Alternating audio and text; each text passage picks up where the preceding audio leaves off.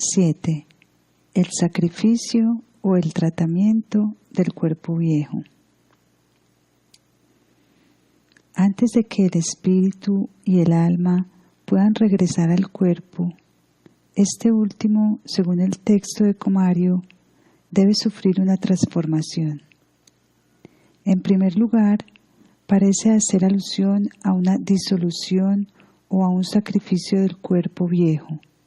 Este es atormentado o probado por el fuego, etc. El hombre del sueño, del ánima que hemos relatado, contó a su analista el siguiente sueño antes de morir. Debían ejecutar a un hombre, al mismo soñador o a su mejor amigo, y él mismo se ofreció como verdugo con la ilusión de salvar la vida a un hombre que creía inocente. En su mano sostenía un cuchillo de caza afilado y tenía que aparentar querer matar a aquel hombre, pues si se descubría su deseo de salvar a la víctima, debería pagarlo con la propia. Lo cortó a lo largo de la columna vertebral y le dio la vuelta. En esta manipulación sintió crujir los huesos y temió haberle hecho un corte demasiado profundo. En aquel momento se despertó con un intenso sentimiento, a pesar de que en el sueño ni siquiera lo menciona, de que él jamás podría satisfacer sexualmente a la joven que él amaba.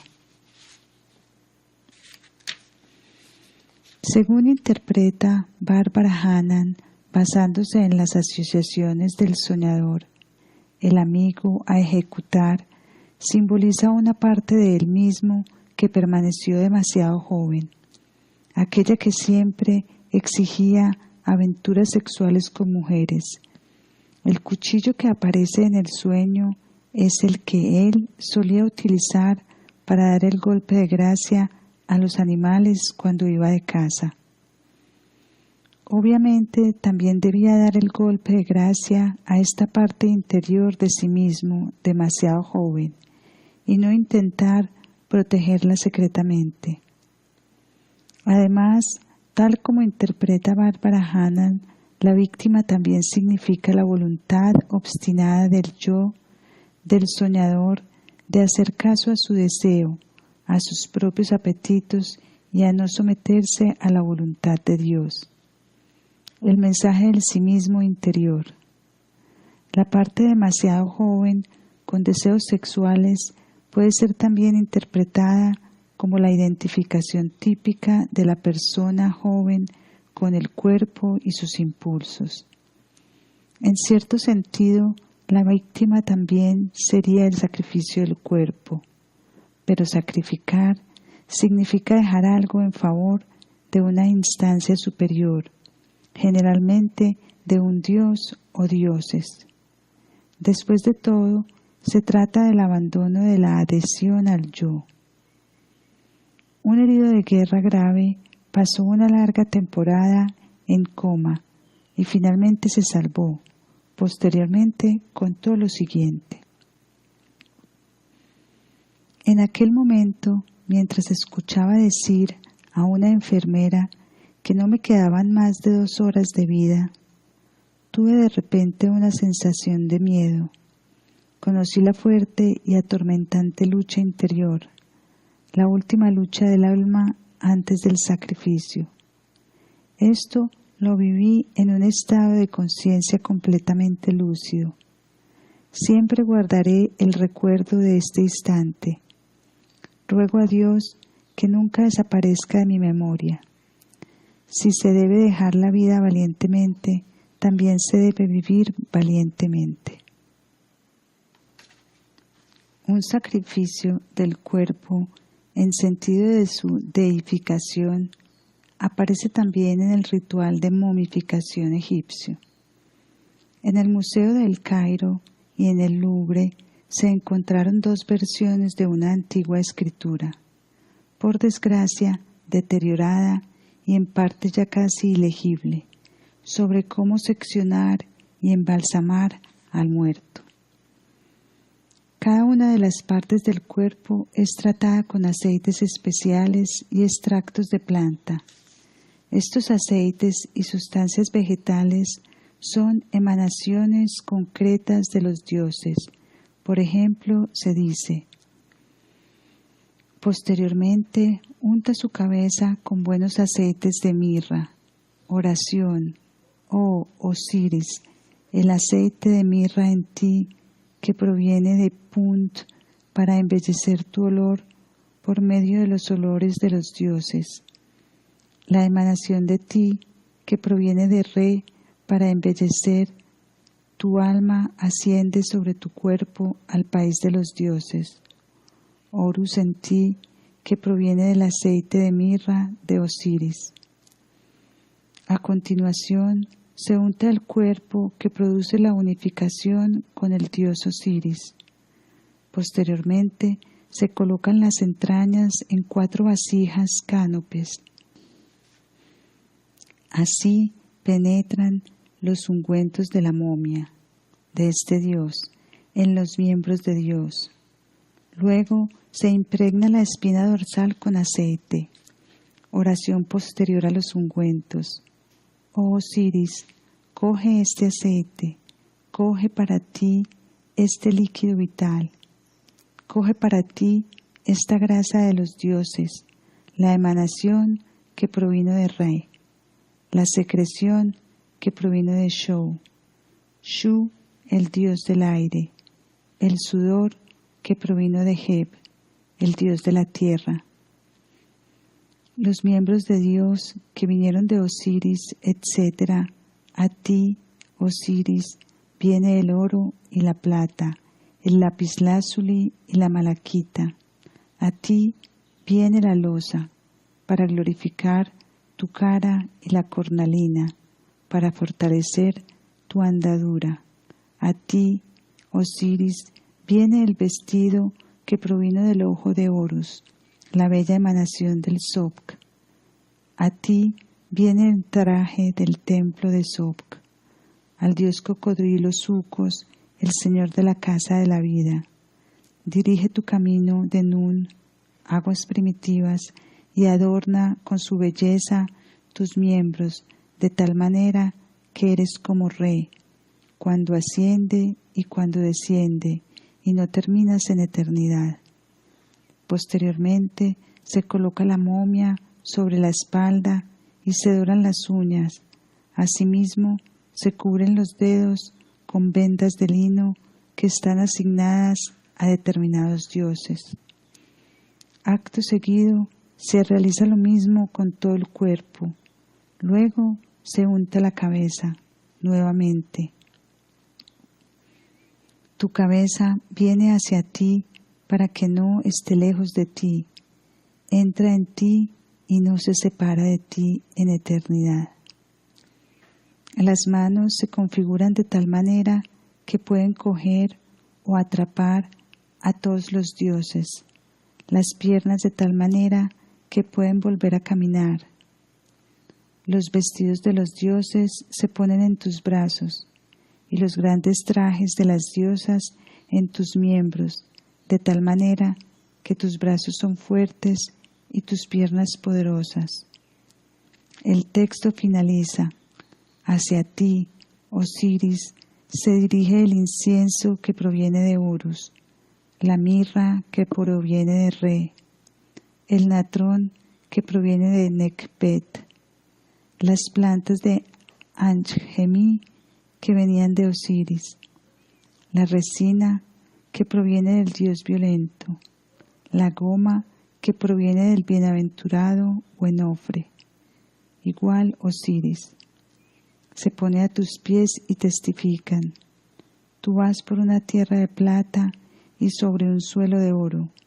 Serás sepultado en una ladera de malaquita, y es tu nombre en todas las regiones, tu alma en el cielo, tu cuerpo en el Duat, mundo subterráneo, tus estatuas en los templos, Tú vives en la eternidad y eres siempre joven.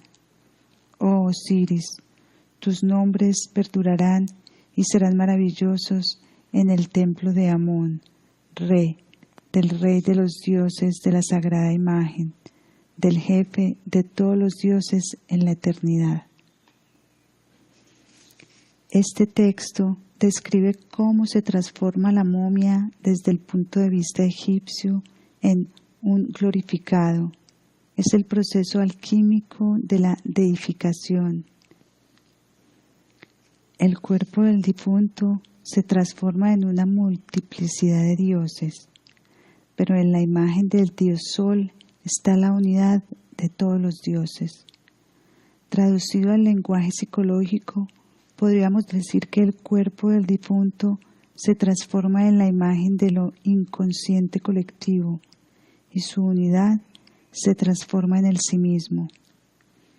En este cuerpo glorificado, de acuerdo con la perspectiva de los egipcios, se unen después el Ka, sombra doble, y el Ba, individualidad espiritual, del difunto en una unidad indivisible.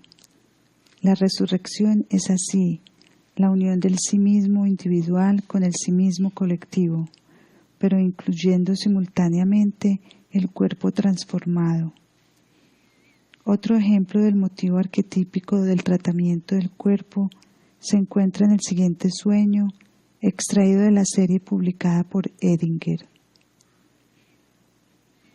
Como en las leyendas judías de Ginsberg, en las cuales Dios se relacionaba personalmente con diferentes individuos, Dios parecía haberme impuesto una prueba para la cual yo no estaba técnica ni emocionalmente preparado.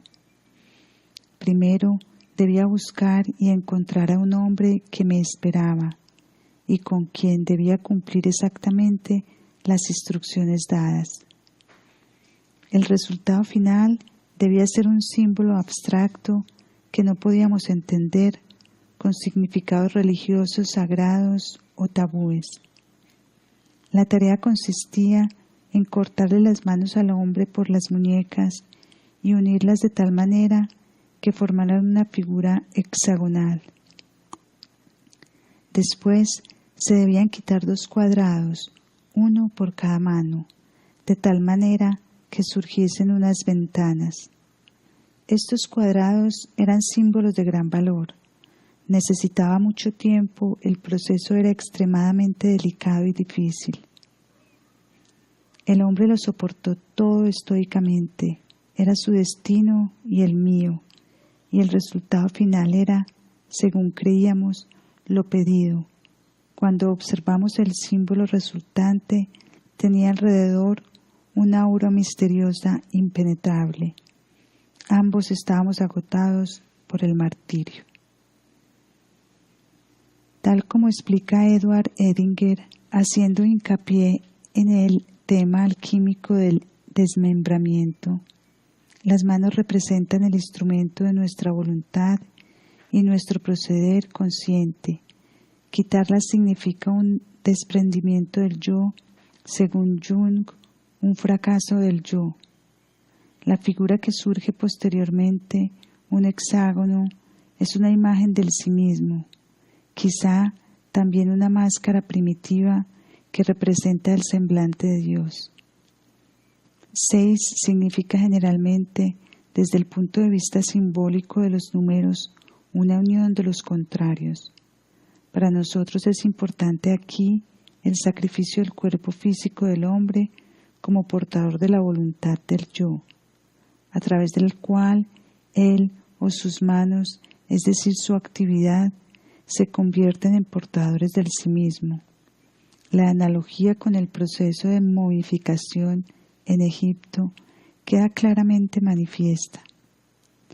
Mark Pelgrin cuenta otro ejemplo, el sueño de una mujer ante la muerte. Veía nítidamente una cantidad de hombres muy serios que me esperaban en una especie de ritual festivo.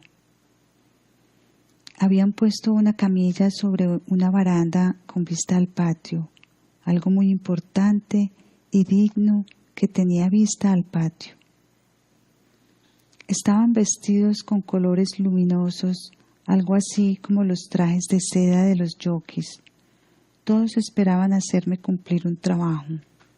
Tenía una impresión indefinida de un altar al cual debía ser llevada y sacrificada a los dioses para ser curada por poderes interiores.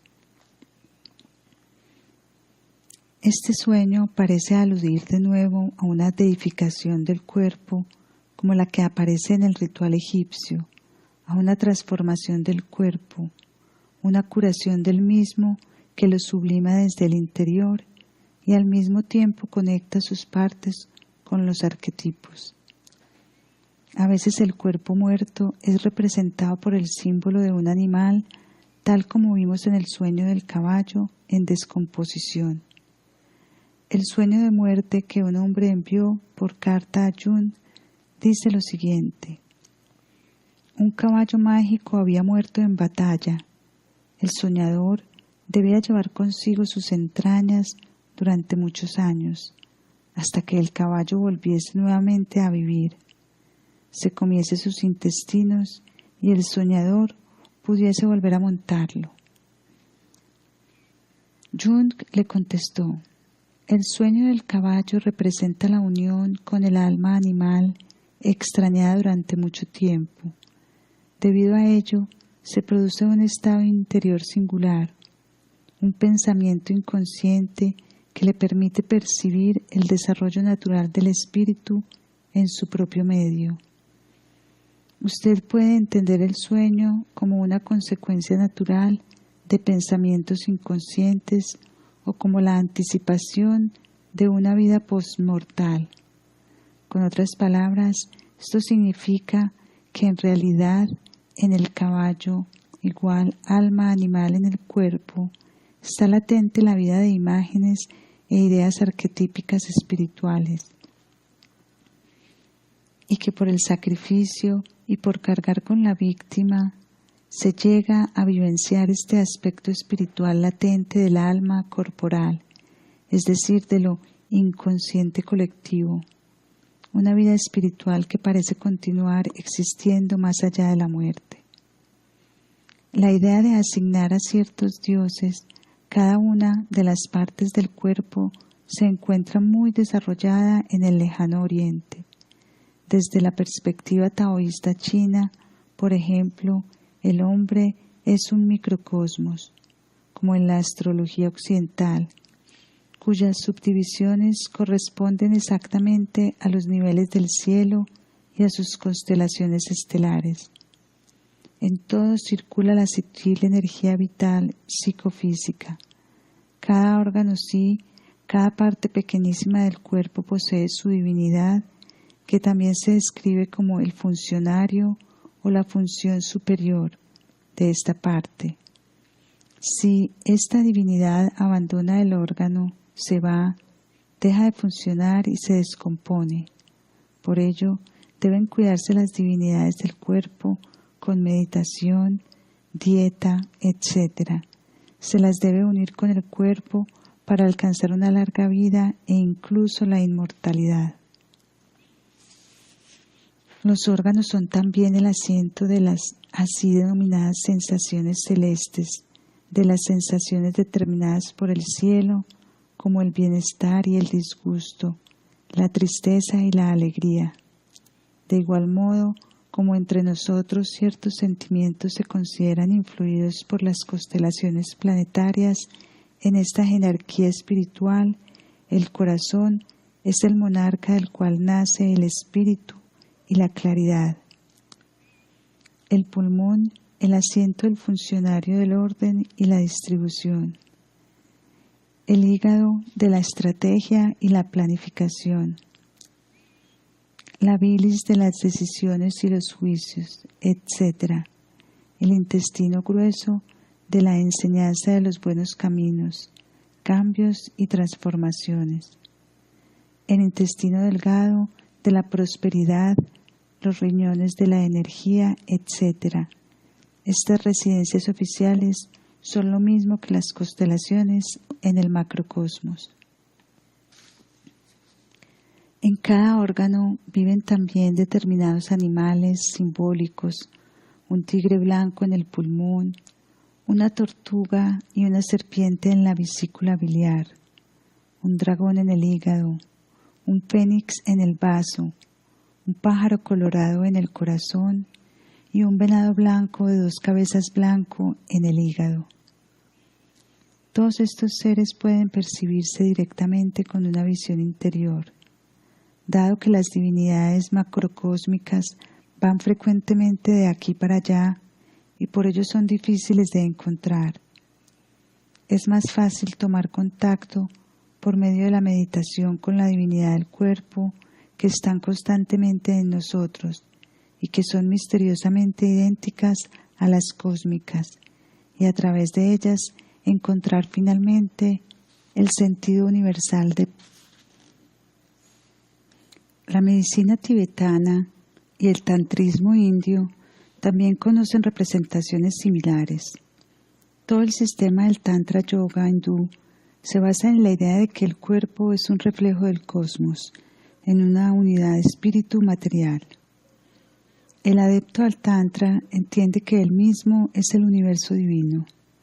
Posee en el interior de su cuerpo material un cuerpo sutil, constituido por la energía psicofísica omnipresente que se concentra en determinados puntos especiales.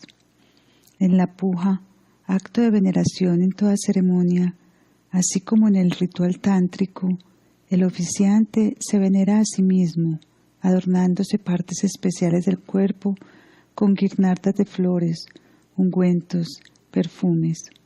Con ello transforma completamente su naturaleza en lo divino. Cada parte del cuerpo obtiene naturaleza divina, igual que en el proceso de momificación egipcio, solo que con la diferencia de que esta transformación ya se consuma en vida. El cuerpo sutil es el vehículo invisible de esta transformación. Los yogis permanecen además un tiempo prolongado en los crematorios para consumar en ellos mismos una incineración simbólica de todos los impulsos adheridos del yo. Cada una de las partes del cuerpo se convierte en divinidad en su forma cósmica y en su conjunto todas ellas constituyen la divinidad universal. No solo en el Tantra Yoga, sino todo hindú que renuncia al mundo sannyasin sufre una transformación semejante. Cada uno de los miembros de su cuerpo se destaca y su soplo vital se eleva con el fuego encendido del sacrificio. A partir de entonces, el iniciado está muerto para el mundo. Anticipo su muerte física en el ritual del sacrificio. Lo importante para nuestro contexto es el hecho de que cada una de las partes del cuerpo posee una especie de alma, propia o divinidad o animal simbólico. Con ello, aparece lo que hoy en día denominamos en psicología los arquetipos inconscientes colectivos, proyectados en cada una de las partes del cuerpo. Quizás sea esto más que una simple proyección. Hoy sabemos que, por ejemplo, sueños con serpientes e insectos están muchas veces relacionados con perturbaciones del simpático. Por ello es posible que efectivamente ciertos arquetipos, en especial, estén ligados de alguna manera con determinadas funciones o zonas corporales. Aquí existe un amplio campo de la psicología profunda, todavía no explorado. Visto históricamente siempre y en todas partes existió una creencia en semejantes relaciones. En Occidente se encuentran estas ideas en las medicinas que tienen en cuenta las influencias astrológicas, aunque menos sistematizadas que en Oriente. Según las ideas de la antigua astrología, determinados dioses astrales y signos del zodíaco dominan cada una de la parte del cuerpo. Así, por ejemplo, el escorpión, los órganos genitales, Capricornio, la rodilla, Piscis, los pies, etc.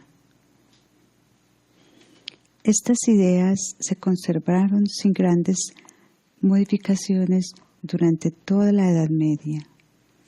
Con el triunfo del monoteísmo cristiano y del islamismo, fueron retrocediendo sin desaparecer completamente hasta adquirir nuevamente importancia en el Renacimiento.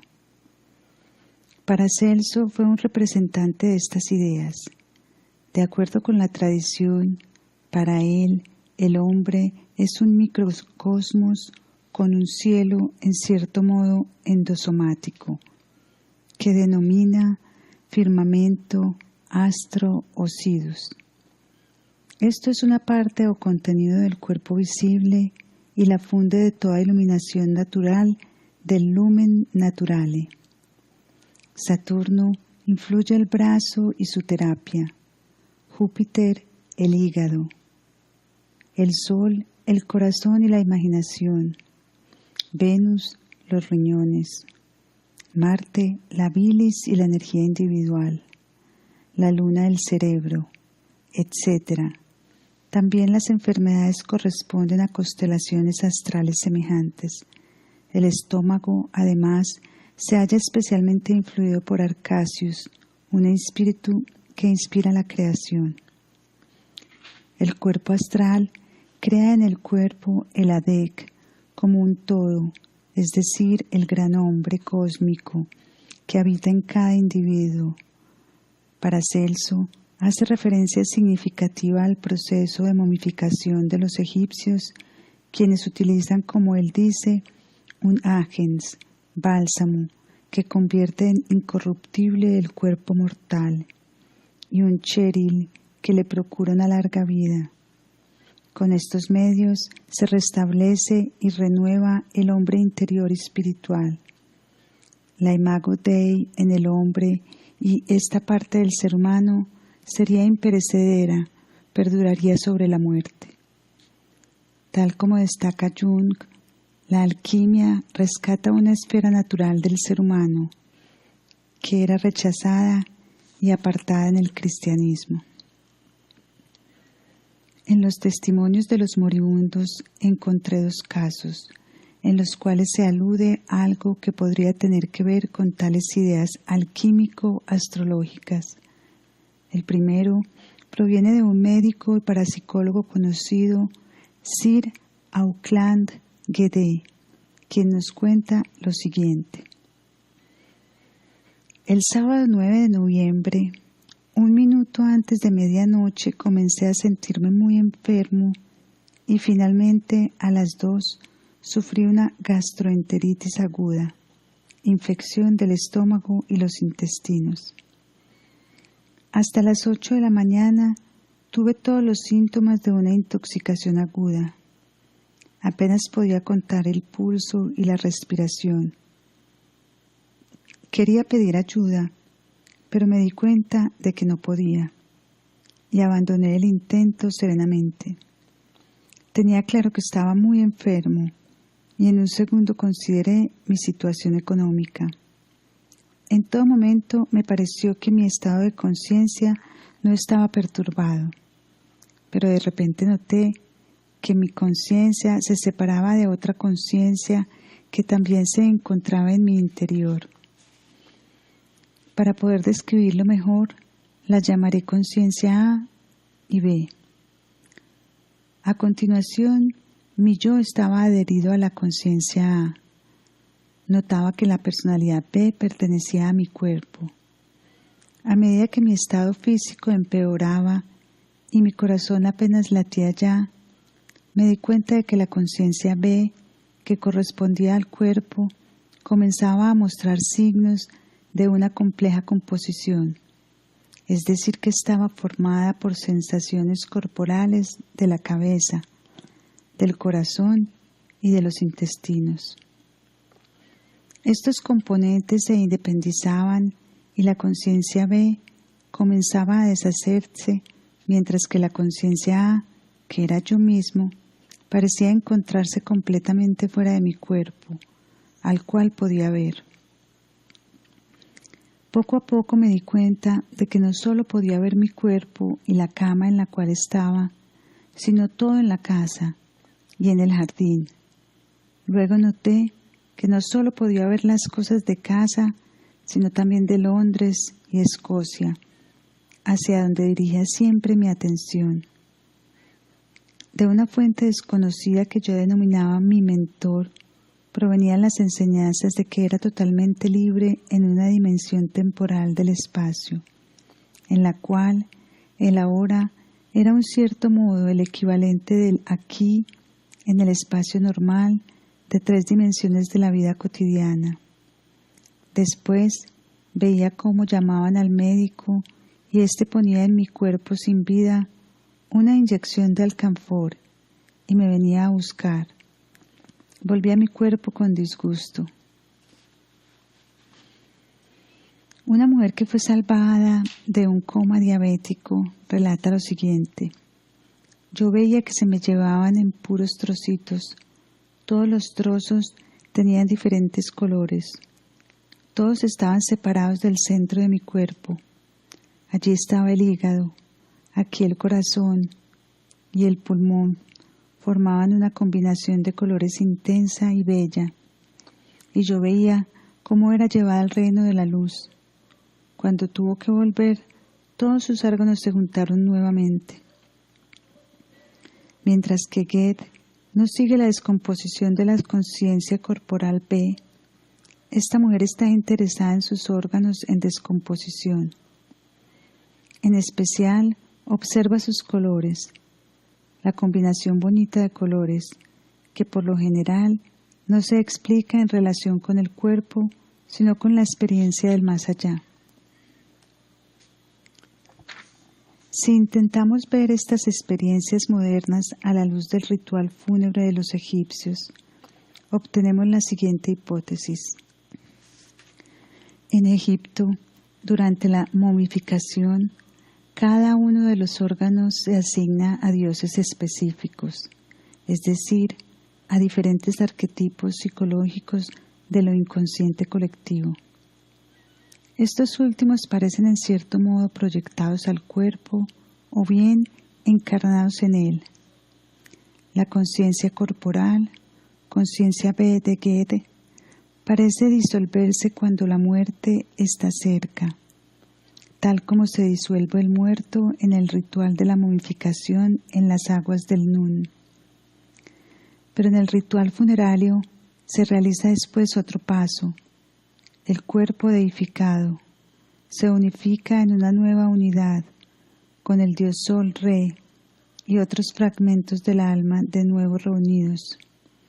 La conciencia A de Goethe correspondería en Egipto al mentor, a la voz parlante, al alma de Ba, que aparece como espíritu instructor, por ejemplo, en un conocido texto egipcio, Conversación de un cansado de la vida con su Ba.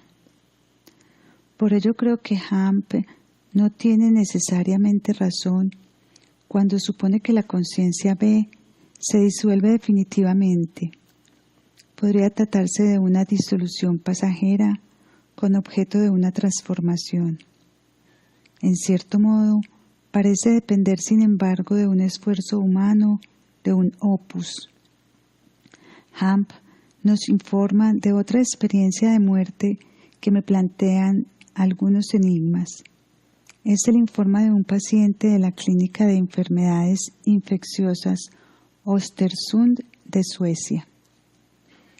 Estaba en un mundo completamente distinto. Estaba en un lugar elevado. A mi alrededor estaba oscuro, pero yo igual me sentía a gusto y me encontraba completamente bien. Cuando miré en derredor, pude reconocer que ante mí, en la oscuridad, había un muro bastante alto. A este lado había una escalera a lo largo del muro y a medida que avanzaba, iba a zonas cada vez más claras, más alejadas de mí, hacia arriba y a la derecha. Después desaparecía en un fuerte claro rayo de luz. Desde el lugar donde me encontraba podía reconocer, no muy lejos de mí, a un hombrecillo marrón, arrugado, quebradizo. Quería subir la escalera hacia la luz, pero parecía que casi no se movía. Al mirar más detenidamente, pude observar que llevaba una carga sobre la espalda. Parecía un saco, y era tan pesado que el hombre le flaqueaban las rodillas. Me dije inmediatamente que debería ayudar al pobre diablo, pues me sentía unido a él y en parte responsable, pero enseguida comprendí que desde aquí arriba podía hacer muy poco por él. En sus oscuros caminos hacia la luz todavía no había llegado muy lejos. Alrededor de él estaba todo negro. El camino parecía ser de polvo de carbón. Más arriba se iba aclarando. Sentía compasión por el hombrecillo. A pesar de encontrarme solo con ese lastimoso ser, yo sentía la presencia de otro. Había una voz en mí que me contestaba inmediatamente todo lo que pensaba. ¿Cómo salimos de aquí? La voz desde muy cerca me contestó. Tú siempre quisiste vivir a lo grande y hacer algo grande. Aquí tienes ahora la oportunidad. Pero no lo logro, contesté. La voz dijo, puedes abandonar tu cuerpo, que está allí abajo. El camino que conduce hacia arriba está todavía abierto para ti. Pero no, es injusto dejar al cuerpo ajetreado, aquí en medio del camino hacia la luz. Tú tienes que ayudarle con tu voluntad. Abandonar el cuerpo resulta una oferta seductora, dije yo, pero me decido a luchar. Luché mucho tiempo conmigo. Después volví a vislumbrar al hombrecillo. Entretanto había avanzado un trozo, pero cuando yo lo observé, dejaba de moverse nuevamente. Después descubrí que había crecido. También el saco parecía haberse convertido en más pequeño y ligero. El hombrecillo tenía ahora piernas rectas, las rodillas ya no estaban dobladas. Estaba contento de no haber abandonado aquel ser y me dirigí nuevamente hacia mi amigo. Yo creo que lo lograremos. Me has fortalecido con tu proximidad. La voz contestó, ¿ves? La voluntad orientada hacia la lucha sincera y justa conduce siempre al objetivo. La respuesta era vaga, pero inmediatamente sentí cómo surgía en mi calor y agradecimiento. Había encontrado a mi amigo, me había dado esperanzas, no lo olvidaré nunca más. A partir de aquel entonces, nunca me sentí separado de él, estaba a mi lado, hablaba a través de mí. Yo veía cómo mi ser ya no era peso alguno para mis pies, y entonces fue cuando me encontré nuevamente en mi cuerpo, aquí en la clínica. Todo me parecía ridículo y lamentable. En primer lugar, Hamp lo interpreta como el esfuerzo del paciente por colaborar en la recuperación de su cuerpo durante la transfusión de sangre. Interpreta al hombrecillo marrón como el cuerpo enfermo, la carga como algo del pasado que debe dominar. Visto a grandes rasgos, creo que esto es correcto, pero que la visión alude a algo más exacto. Más que el hombrecillo, la carga y el polvo de carbón, se refieren al cuerpo que en grande parte está constituido por carbono. Por el contrario, el hombrecillo no me parece que represente al cuerpo mismo, sino un espíritu vital que vive en el cuerpo. La experiencia o bien el hombrecillo se refieren desde un punto de vista mitológico a la tradición alquímica, en primera línea a las visiones de Zosimo, pues allí hay un homúnculus en el centro del fenómeno. Zosimo ve en un sueño a un sacerdote que está sobre un altar en forma de concha hacia el que conducen 15 escalones y que dice de sí mismo ser John, el sacerdote de los templos más interiores, y se somete a una tormenta insoportable. Es despedazado desmembrado y desollado por un hombre que había entrado con rapidez temprano por la mañana y después es incinerado, de acuerdo con el arte, hasta que me di cuenta de cómo mi cuerpo se transformaba y se convertía en espíritu. Posteriormente, este sacerdote escupe su propia carne y yo veía en mi propio cambio cómo se transformaba en un homúnculo mutilado. Con sus propios dientes se mordía a sí mismo y se desgarraba. Zósimo continúa pensando qué relación podría tener esto con la meta de la alquimia, la composición del agua. Se duerme y sueña nuevamente con el altar en forma de concha, en el cual ahora se están hirviendo penosamente una enorme cantidad de personas. Un homúnculo que también es un barbero le explica que esto es la transformación del lugar de práctica, del así llamado embalsamiento, pues los hombres que quieren ser partícipes del arte entran allí y se convierten en espíritus, huyendo del cuerpo. El homúnculo más tarde es designado también como el plomo, y el sacerdote como sacrificio y sacrificado se transforma poco a poco en el cuerpo de otras vivencias, en un hombre de bronce, en uno de plata y finalmente en uno de oro, que está sentado en un templo redondo construido de piedra blanca. Del interior del templo brota una fuente de agua purísima y de ella sale la luz del sol. En este caso, el homúnculo aparece como un espíritu acompañante, spiritus rector, de un proceso de transformación del ser humano, que también se denomina momificación, tariqueia. La transformación es una espiritualización del cuerpo y, como sabemos por fuentes egipcias, una deificación del cuerpo. El texto de Zósimo alude también de maneras diversas a que el espíritu guardián del embalsamiento representa al mismo tiempo lo que se debe transformar. Es materia corporal y simultáneamente aquello que está sublima en espíritu, una especie de quintesencia del cuerpo material.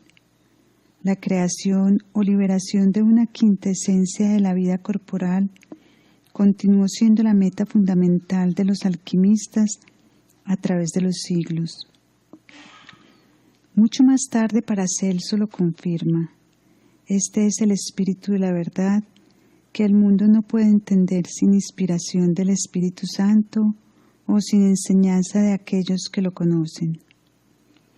Él es el alma del mundo, el que todo lo mueve y todo lo conserva. En su forma terrena, es decir, en su oscuridad saturnina original, es impuro el polvo de carbón en el cual el hombrecillo trabaja excesivamente durante su ascensión, escalera, a través del agua, del aire, del fuego, se purifica, pero progresivamente en el quinto estado aparece finalmente como cuerpo clarificado. Este espíritu, dice Paracelso, es el misterio que desde los inicios estaba escondido. En el texto de Zósimo, este espíritu recibe el nombre de Hon, el sacerdote de los templos interiores. Carl Jung asocia el nombre de Hon con el sabeo Hunan, hijo de Mercurio, como un antepasado creador del arte de la alquimia. Posiblemente el nombre también podía referirse a la palabra Houn Mutef, que era el nombre del sacerdote en la fiesta de Sed, quien convirtió al rey en Osiris, es decir, quien provocó su muerte simbólica y su restablecimiento. La palabra Houn significa piel, pellejo. Su madre, que según A. Moretz, alude a un renacimiento simbólico. En el sepulcro, Cetis es el hijo del rey, representando al dios Horus, y está como el sacerdote Juan Mutef. La fiesta de Sed sirve para el restablecimiento del rey, un simbolismo que en toda la tradición alquímica representa la creación del lápiz.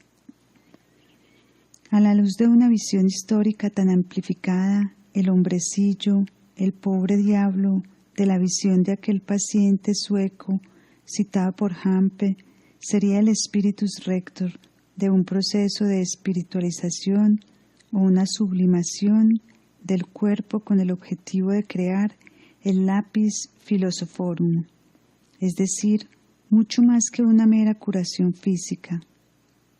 En la visión, la voz también dice que aquí el paciente debería experimentar algo grande y hacer algo grande. Considerar, pues, la gran obra de la transmutación alquímica, dado que esta gran obra de la alquimia no es cristiana, se comprende que el paciente dude dirigirse hacia ella.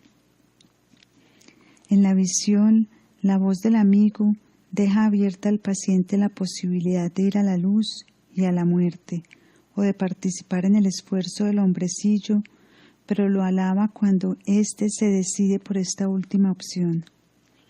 Esto recuerda también el comportamiento misterioso de Ba, parte inmortal del alma, en su conversación con el egipcio que está cansado de vivir, sobre si continuar viviendo o suicidarse.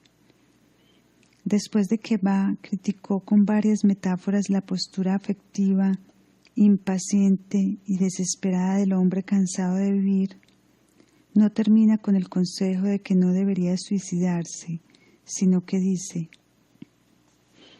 ahora deja correr el lamento.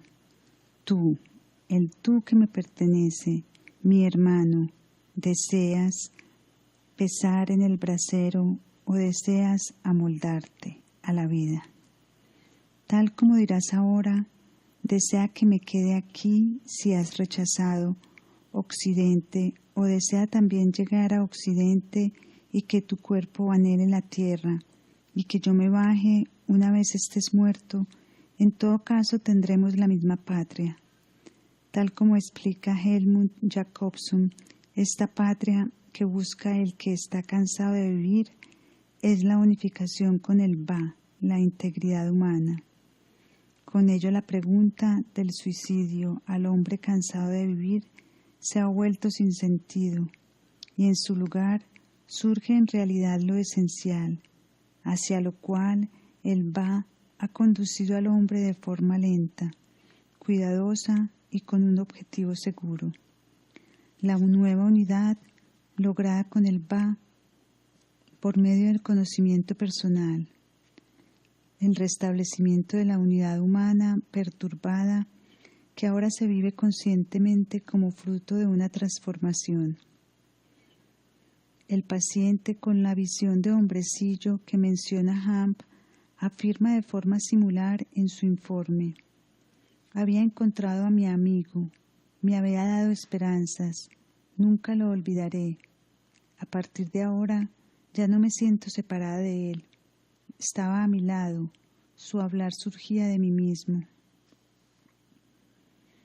Visto psicológicamente, esto significaría que para el sí mismo, la identidad superior al yo, es decir, para el ser humano divino interior, la cuestión de la vida o la muerte es indiferente. Solo le importa la gran obra, la realización de la integridad interior que se logra uniéndose con el sí mismo. La disolución constatada por Goethe de la conciencia B en los diferentes órganos internos sería interpretada según esa perspectiva como el primer desmembramiento o la separación elementarum de la obra alquímica. Un desmembramiento que se realiza aparentemente en el cuerpo, pero que en verdad se produce en el hombre interior, que está proyectado en el cuerpo, a la cual sigue una reconstitución en un cuerpo inmortal. Este proceso simbólico, al cual alude explícitamente el texto citado de Zósimo, fue puesto en práctica por los egipcios en forma de ritual de embalsamiento de los cadáveres. En este opus o proceso se extrae con ello una parte de la energía psíquica del cuerpo material y se reúne en un cuerpo sutil, neumático. De cualquier modo, este era el pensamiento fundamental de la tradición alquímica. En las experiencias de la muerte contadas por Hampe y Modi, no se encuentran otras alusiones a este nivel del proceso, excepto en la visión del hombrecillo, probablemente porque una vez producida, la mayoría de las veces no debe haber retorno al cuerpo. Tal como veremos más adelante, la mención que he hecho de la piedra ingrávida o no alcanzable por el fuego, quizás sea también una alusión oculta a este proceso.